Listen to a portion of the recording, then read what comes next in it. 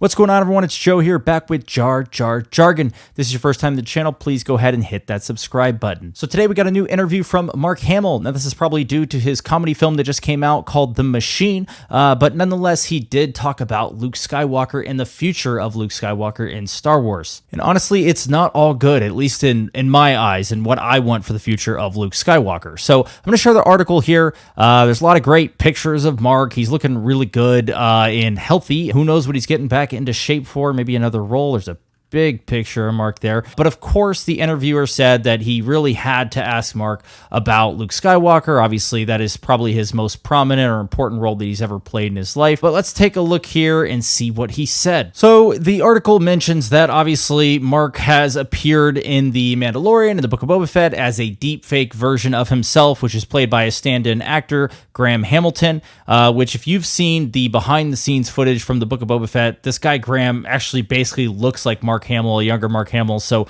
it's kind of crazy that they're even using the de-aging technology or the deep fake basically on his face. The AI voice is another thing that they use for Mark, and it kind of throws things off a little bit. I actually think that's the most unrealistic part of it. If they can nail the voice and continue to just kind of layer Graham Hamilton's face with Mark Hamill's younger face, I think it's actually going to be really good, and it's all going to look pretty great for, you know, whatever is coming in the future. As far as what Mark said, though, he says, when I read The Last Jedi script, I said, okay, well, that's it for me. Well, obviously, you know, Luke Skywalker dies at the end of the movie, and obviously from what we've heard, Mark was a little bit disappointed in the direction his character was taken, and we know he was even more disappointed that the big three, you know, him, Han, and Leia never got back together in the movies. But it was the new cast movies, as he said. The movies weren't about, you know, the original three. He goes on to say that he starts the process, you know, disengaging something that's been a part of his life for so long.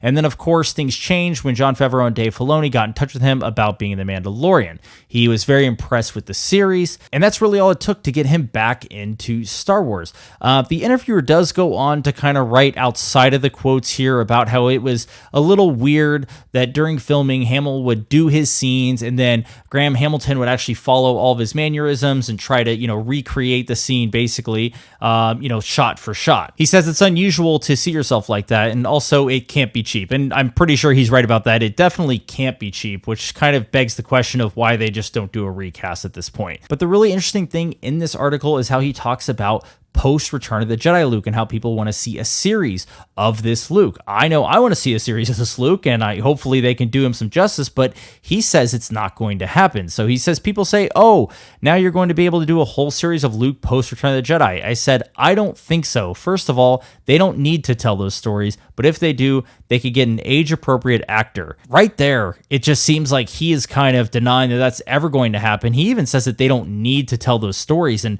maybe he feels that way because of the fate of his character. I think that's very possible. Maybe he just wants Luke to be done with, but I don't really see why he'd feel like that, especially considering how much he stated, you know, he loves the character of Luke Skywalker in the past and how much Luke means to him. But of course, it's always good to see that he is actually giving his blessing for them to hire another actor who's age appropriate to play Luke in that time period. But as we know, Disney is not interested in doing that. That's pretty evident by Kathleen Kennedy saying that recasting is not an option, citing Solo as one of the reasons for that. And I don't think the recasting of Alden in Solo was really the problem. You know, I think the problem was it followed up too closely to The Last Jedi. So he says, as far as we know, recasting Luke Skywalker with a younger actor, sorry to any and all Sebastian Stan fans who has obviously been fan cast in this role for a long time, isn't part of the plan. And I think that we were all kind of aware of that at this point in time. So I just thought this part of the article was really, really interesting, though. It seems like Mark Hamill himself is saying that we're really not going to be getting much more Luke,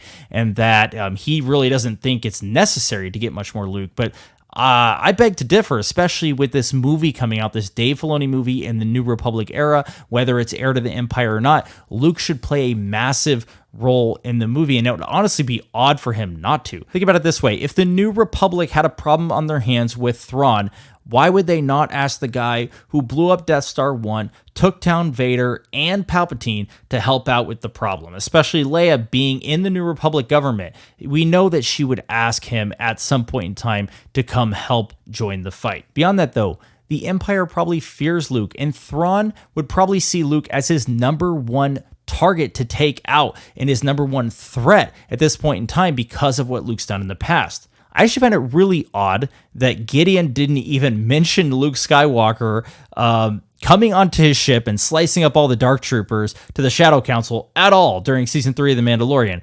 You would think that they would be a little concerned with what happened, that one Jedi was able to take over a whole ship and a whole legion of Dark Troopers, but they didn't seem to care. They didn't seem to mention it at all. So it would be very, very odd if during this time period, Ahsoka just gets all the shine and Luke is not mentioned at all. He is probably the most prominent Jedi in the galaxy at this point in time, and he's gonna have to play a role in this Dave Filoni movie. He may not play a role in the Ahsoka show, and that's perfectly fine with me, but as far as this movie goes, if Thrawn is going to be the main enemy of this movie, Luke absolutely has to play a role in that movie. But of course, the interviewer did ask him about the Beyond the New Republic era in that Daisy Ridley movie that's going to be coming out 15 years after the Rise of Skywalker. So, he was pretty coy here. He said, I wouldn't be able to tell you, and if I were not involved, and he wouldn't be able to tell you if he was involved. So he doesn't know, and they're going to find out together, he guesses. So I think Mark Hamill's probably going to show up in that, at least as a Force ghost. He's probably already talked to Kathleen Kennedy or Lucasfilm about this.